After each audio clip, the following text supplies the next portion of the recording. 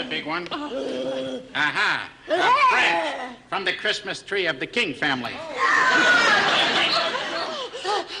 Hit that final one, and it won't be a moment too soon. A set of Shirley Temple glasses used by the Johnny Man Singer during a tribute to America the Beautiful. When the guest star, get this, the guest star was Kate Smith.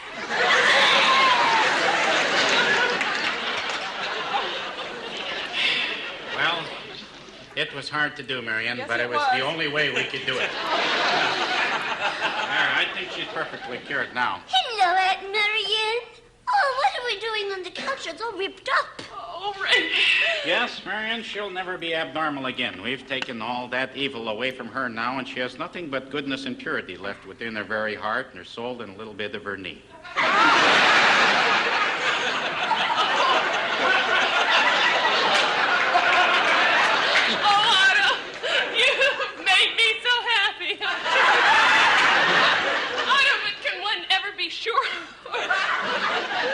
Otto. Can one ever be sure when we're dealing with this?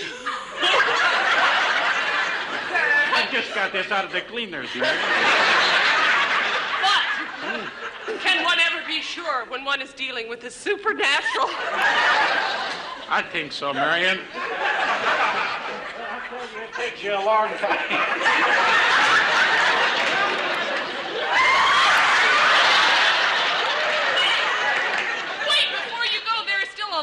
Questions left unanswered.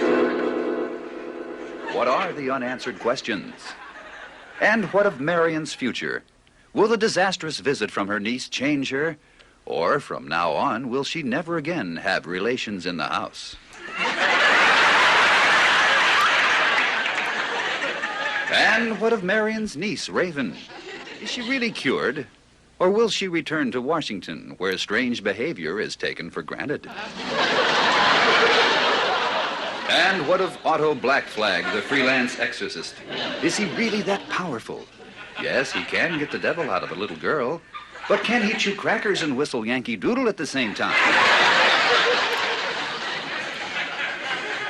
And what of handsome Lyle Waggoner? Why was he exorcised from this sketch?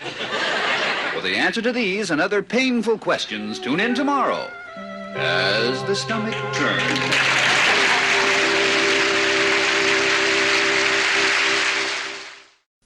Ladies and gentlemen, the very wonderful Miss Bernadette Peters.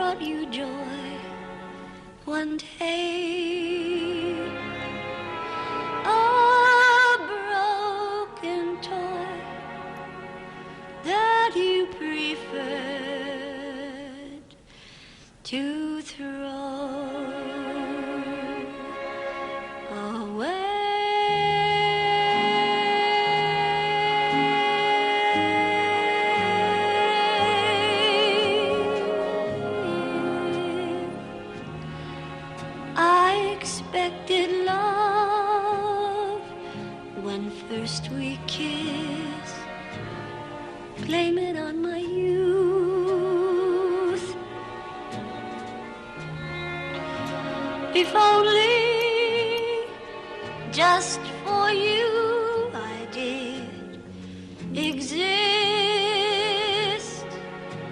Blame it on my youth. I believed in everything like a child of 3. You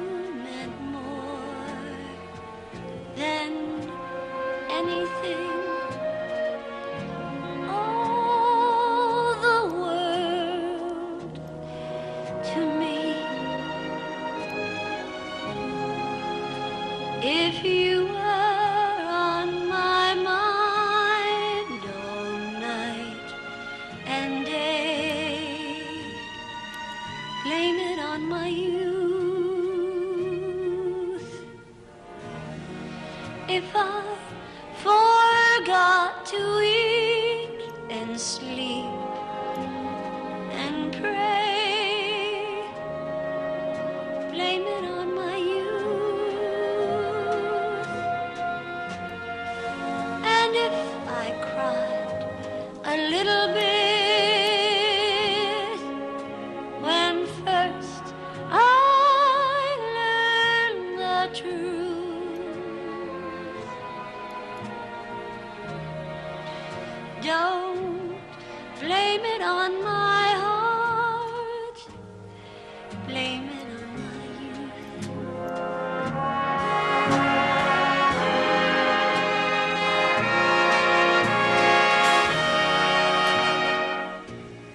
Blame it on my youth.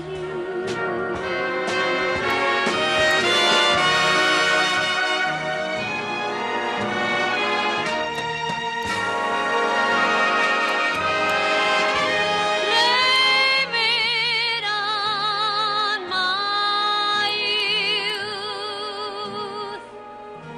And if I cried a little bit when first I learned the truth,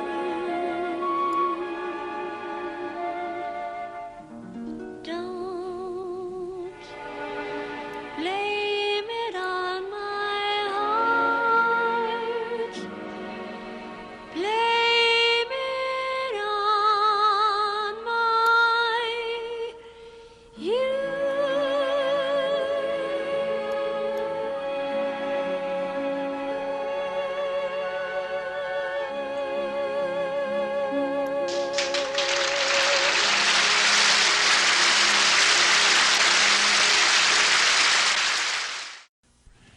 Perhaps some of you have friends who are honest, realistic, and always ready to advise you and set you straight. If you do have friends like this, lots of luck.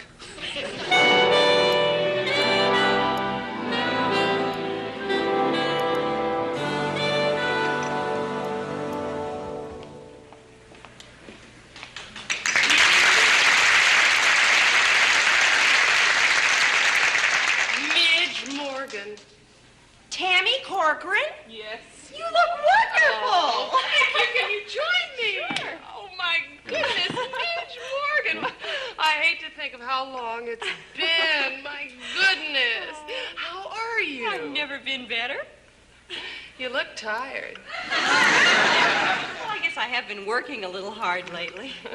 Gosh, it seems like it's been ages. What's been happening with you? Oh, what hasn't? My goodness, I've been busy. Just carving out my career in this dog-eat-dog city. You were always so confident. How I used to idolize you in high school. I know.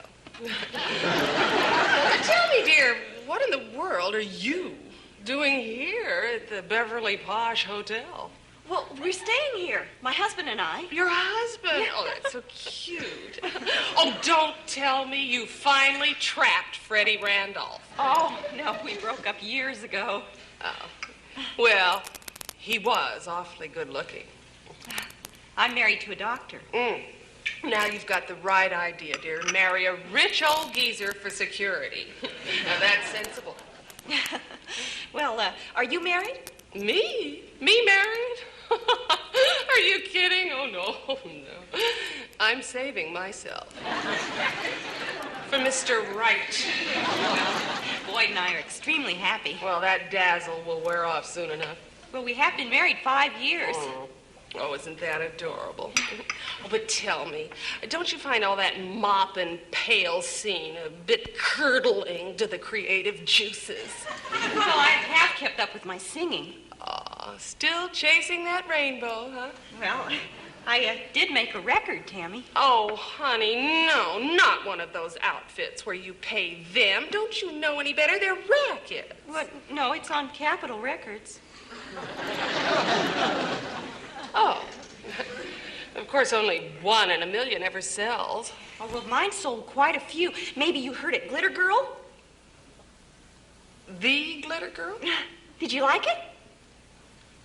It was effective. Oh, of course, thank you. one record doesn't mean a thing. I mean, you're dead if you don't cut an album. Well, I'm cutting an album tomorrow. Of course, one album doesn't mean a thing. I mean, you haven't got a prayer, darling, unless you pull a Streisand, do stage movies. Well, I television. am opening in a new musical next week. Oh, you poor sap.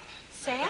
Sap, darling, don't tell me you've been roped into one of those creepy little theater groups at the end of some alley. Oh, no, I'm the lead in the new musical that's opening at the Music Pavilion. Oh.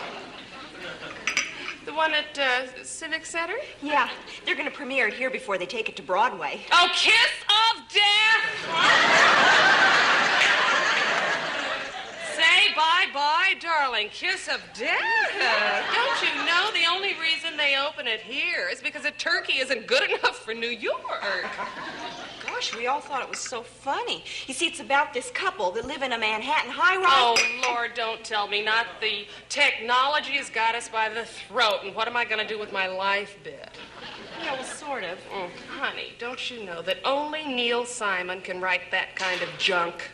Well, this is by Neil Simon. When will Neil Simon quit writing that kind of junk? Yeah, I hate to be seen in a flop. Oh, honey, don't worry about it. Nobody goes to plays anymore. I mean, it's the movies. That's where it's at.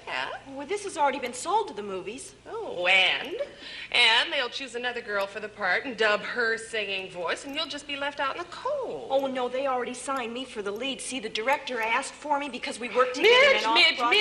Midge! I beg you, darling, just because you worked with some poor little old director in an off-Broadway show, it doesn't mean... No, it's Mike Nichols.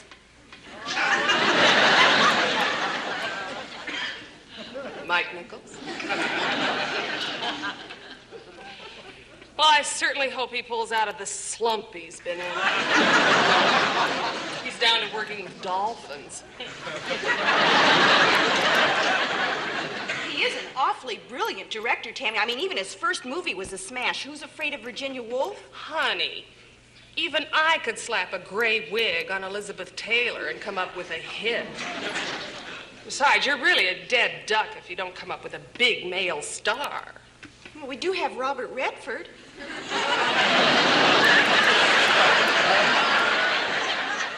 You call that a movie star? What's he done? 9, 10 movies tops. Well, he's awfully popular, and he's so handsome. No, he isn't. Everybody just thinks he is. Well, he is awfully talented. Can he sing? Can he tap dance? I don't know. Oh, well, it doesn't matter who they use. The movie industry is on its last legs anyway. Only the nitwits are hanging in there. Gee, maybe you're right. Maybe I ought to just get out of the business. Now you're cooking. Well, hasn't this been fun? I know. Why don't you and I get together tonight for din-din? I can't. I have to have dinner with my old geezer of a husband and my nitwit director.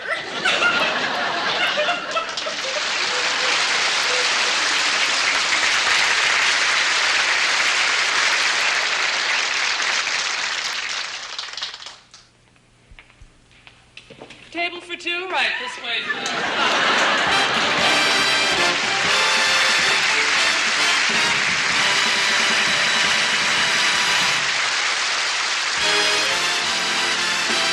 Stay tuned now for the second half of the Carol Burnett Show.